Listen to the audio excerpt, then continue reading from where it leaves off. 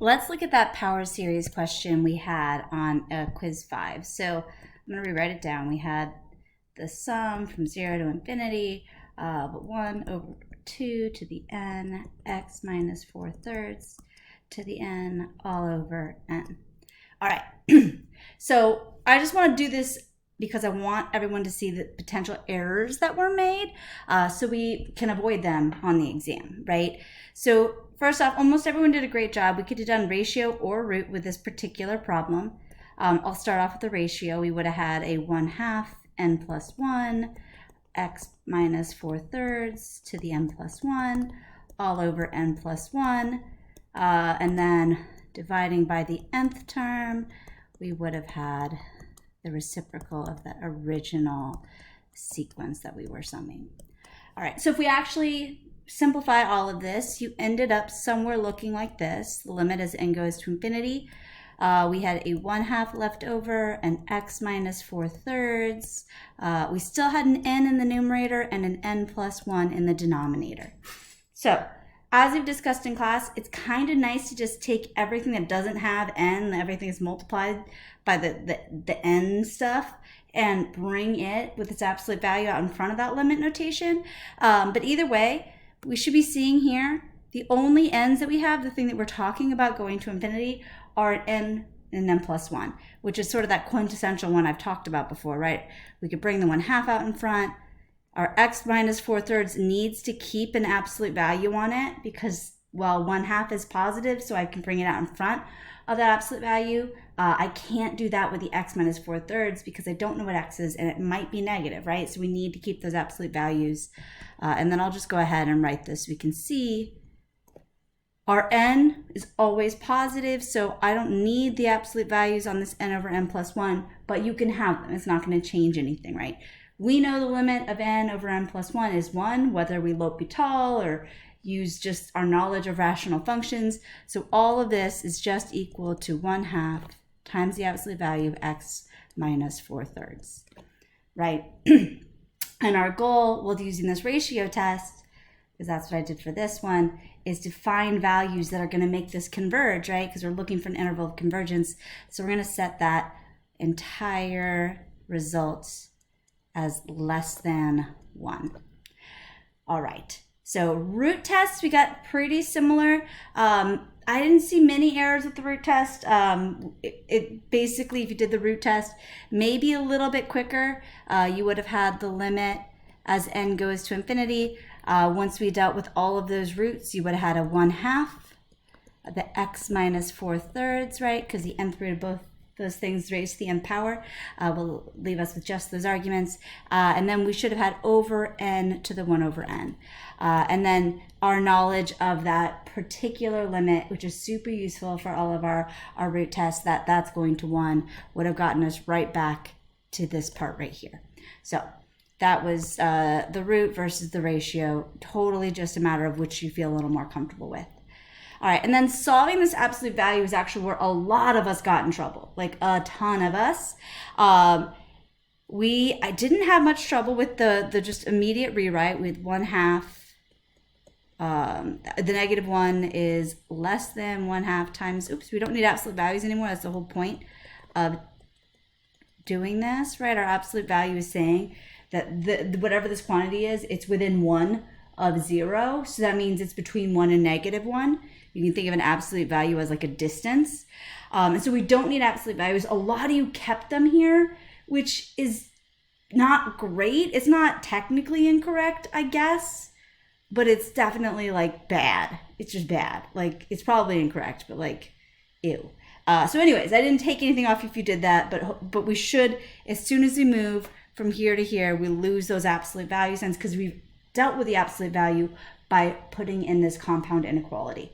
All right, now the next thing is to get rid of 1/2, we multiply by 2. A couple of people divided by 1/2, or I mean, not divided by 1/2, but like multiplied by 1/2. We need to, the whole point is that we're trying to clear everything so we get that x by itself, right?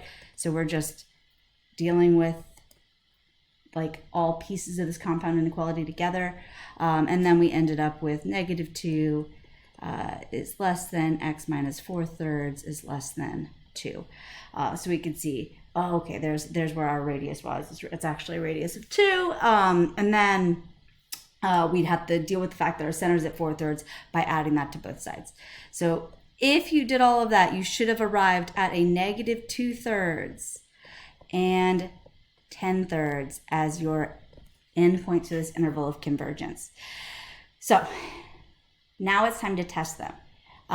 Again, if you don't get to the right endpoints, it's really hard to test them because personally, I'm looking for you to recognize that those endpoints have to be an alternating and a non-alternating version of the same thing. So if we're not getting that, I'm kind of like, I think we've missed a big part of what's going on. So if we go to test our endpoints, we're going, okay, let's test x is equal to negative 2. That's not an equal sign. X is equal to negative 2/3. That means we're going to see what happens if that was actually in our series. Oh, another note here. A lot of folks finished all this and then wrote like the series converges. Like it converges at those particular values of x. That's what we're trying to find. We're not saying this series generally converges. We don't have that, right? This series will converge only for this small set of numbers, and outside of that it diverges. And we don't even know what happens at those two endpoints.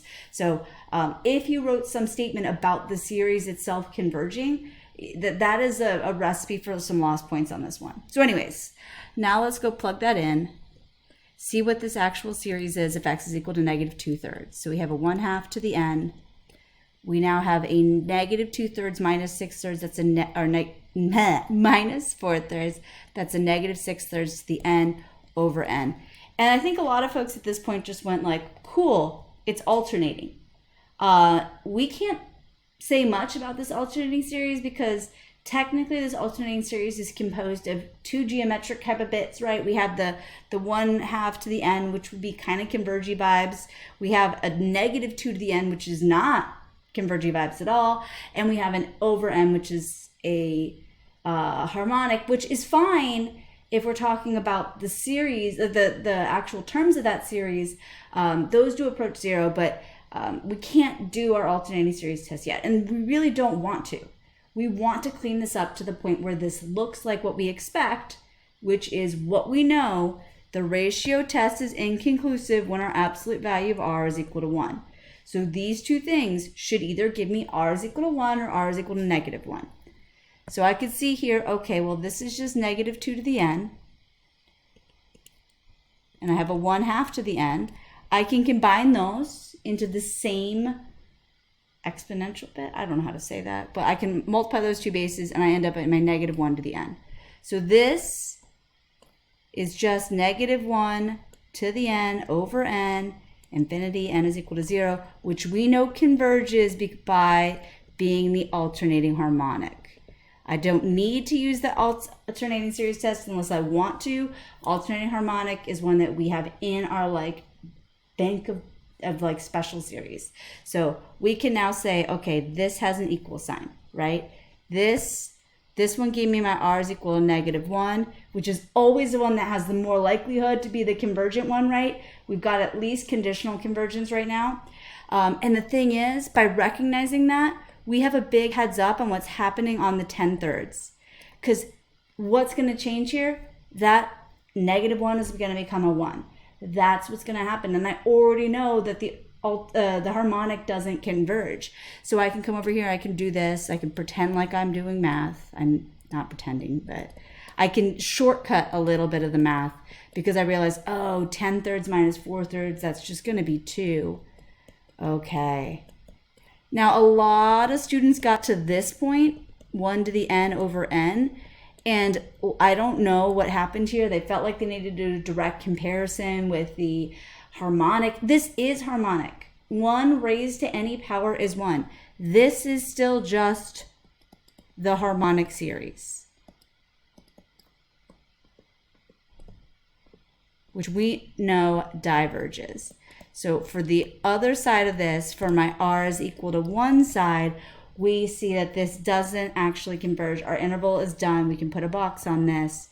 We can converge at the negative 2/3, but not at the 10/3, that endpoint, because technically, right, this would be a series that would have been conditionally convergent, right? If we looked up here, this was conditionally convergent, which is why we didn't even have to think about the other side of it, but we should show some work supporting it. So we had to, but still, like this is where we wanted to go with that. If it hadn't been conditionally convergent, had it been absolutely convergent, we would have ended up with equals on both sides. But yeah, so this was the answer to our quiz. You know, one of the questions on the exam is going to be this way. I really, really think it is very helpful to realize the whole point is that when we find those endpoints, we are finding those values on the ratio test that are inconclusive, those ones. And so we should see that when we go over to the other side. And if we don't, we made an algebra error. And I'm okay with that, but I would much rather that we at least note, crap, something went wrong. I'm going to test these endpoints, or I'm just going to be like, I know all the stuff that was raised at the end is going to go to a -1 and 1, something. But it is hard if you have an algebra mistake or a limit mistake in that ratio or root test. It's really hard to recoup those like 4 points or so that I put in towards testing those endpoints.